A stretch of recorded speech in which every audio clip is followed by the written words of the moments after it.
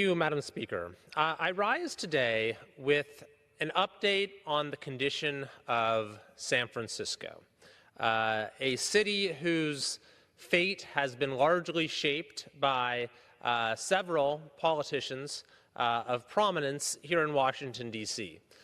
Foremost among them, Vice President Kamala Harris and Speaker of the House Nancy Pelosi.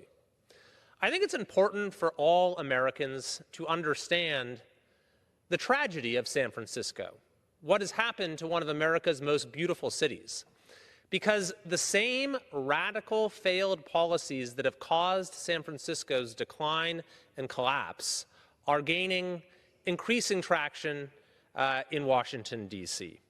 So I want to go over just a few of the reasons why it is that, as the San Francisco Chronicle put it last year, this city is, quote, on the verge of collapse.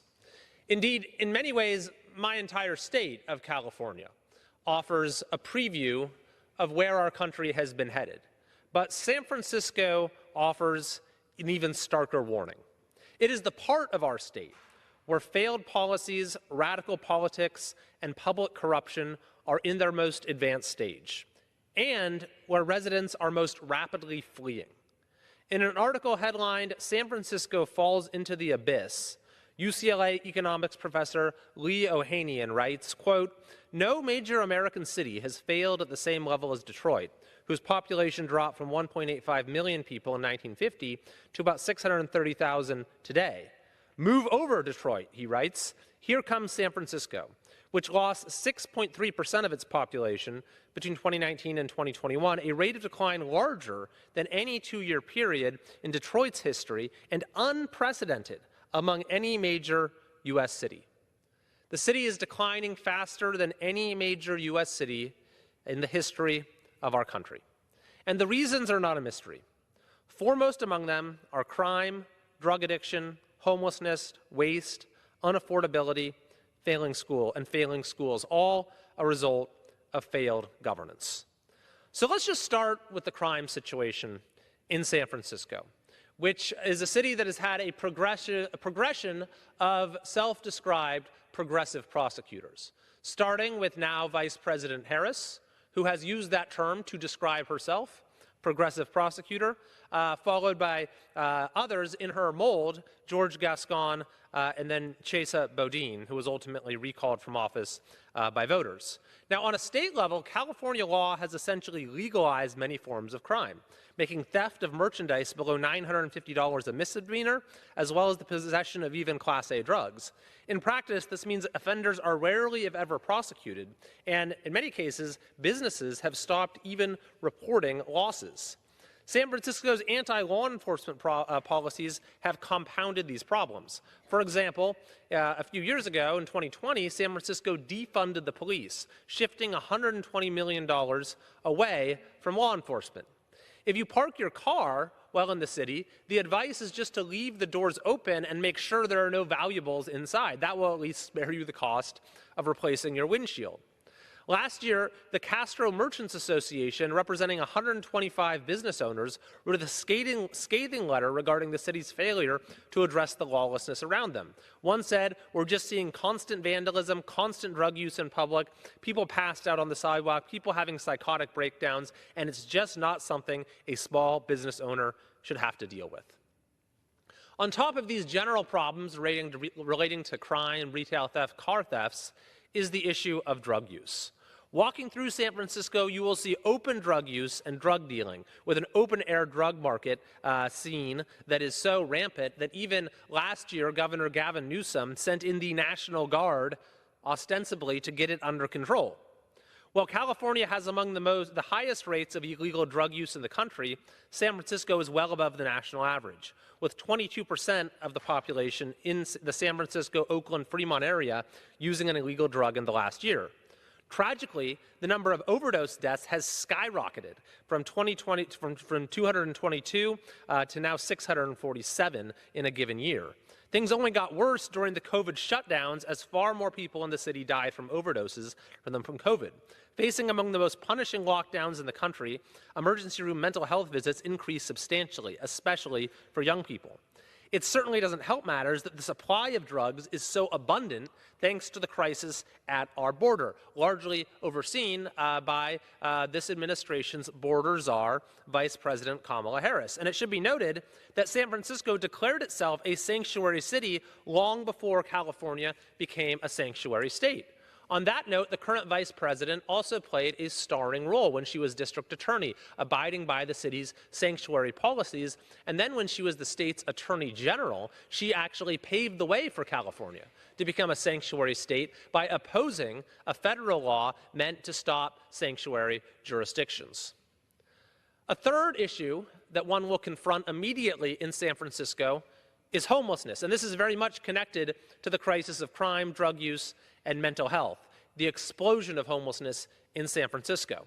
Once again, while California leads the nation in homelessness, San Francisco is worst of all. Between 2005 and 2020, the number of homeless increased from 5,404 to 8,124. During that same period, homelessness declined significantly nationwide. Within a 3-year span, complaints of homeless encampments to the city's 311 line increased from 2 to 62 each and every day. Meanwhile, the share of the homeless population that is unsheltered has also gone up in recent years. Fourthly is the waste situation. Between 2014 and 2018 in San Francisco, calls about human feces doubled to 20,933. $100 million was spent on street cleaning in 2019 alone.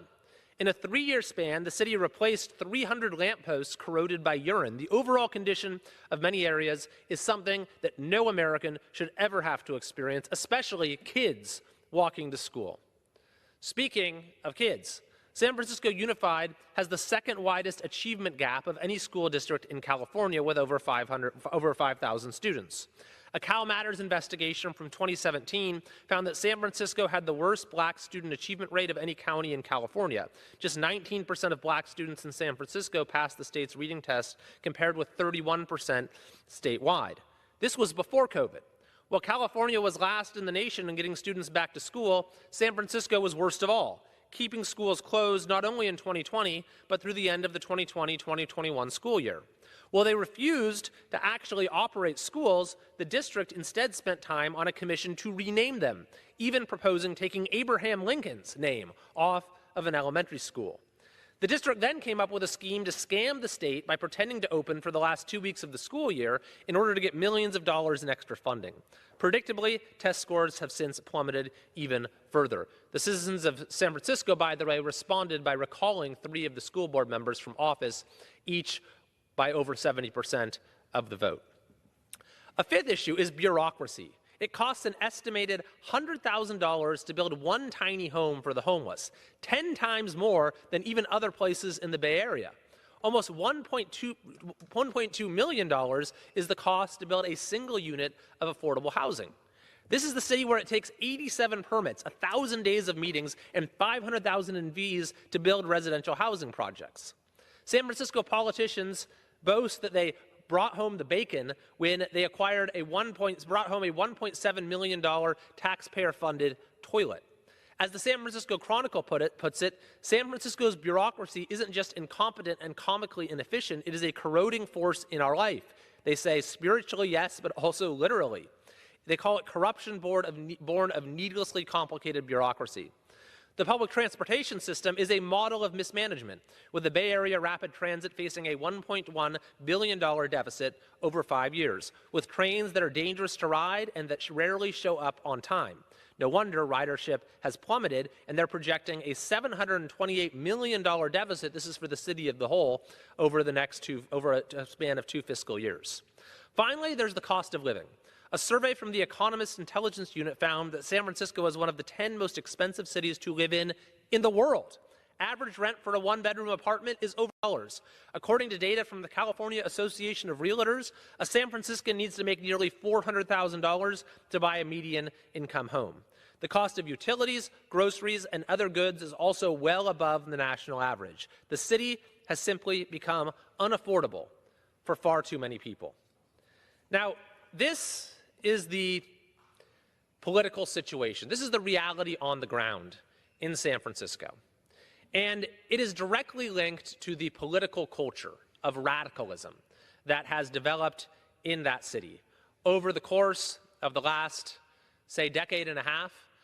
And what's truly alarming is that many of the people who have had positions of leadership, like Gavin Newsom and Kamala Harris and Nancy Pelosi, have assumed greater power over our state and over our country. Indeed, California has seen its own population decline significantly. In fact, we led the nation in outbound U-Haul rentals over the course of 4 years, as you saw many of those problems I just discussed for San Francisco start to become problems for the entire state and are indeed now starting to become problems for the entire country. Now, I personally believe it's not too late to turn that particular city around. And for proof, you can look at the communities of my district. While California as a whole is declining, and 53 out of 58 of its counties are declining, the vast majority of my district is growing. Placer County and Folsom, for instance, are growing as much as anywhere in the state. Our communities are rated among the best in California to live, raise a family, and retire. While California, as I said, leads the nation in U-Haul departures, Roseville is the second-place city in the entire country in U-Haul arrivals. Many of the people leaving San Francisco, in fact, come to my district for safer communities, a more affordable cost of living, better schools, and an overall quality of life. We still face headwinds of misguided policies enacted at the state level, but we strive to use the tools of local governance and community partnerships to do what is best for our citizens. This is the model that our state should strive for, and it's the model that many other states are following. And it's the model for our country to reverse the policies that have gotten us so off track in 3 years. If we are going to get ourselves back on the right trajectory as a country, then we should indeed look to San Francisco as a model. But it is a model of precisely what not to do.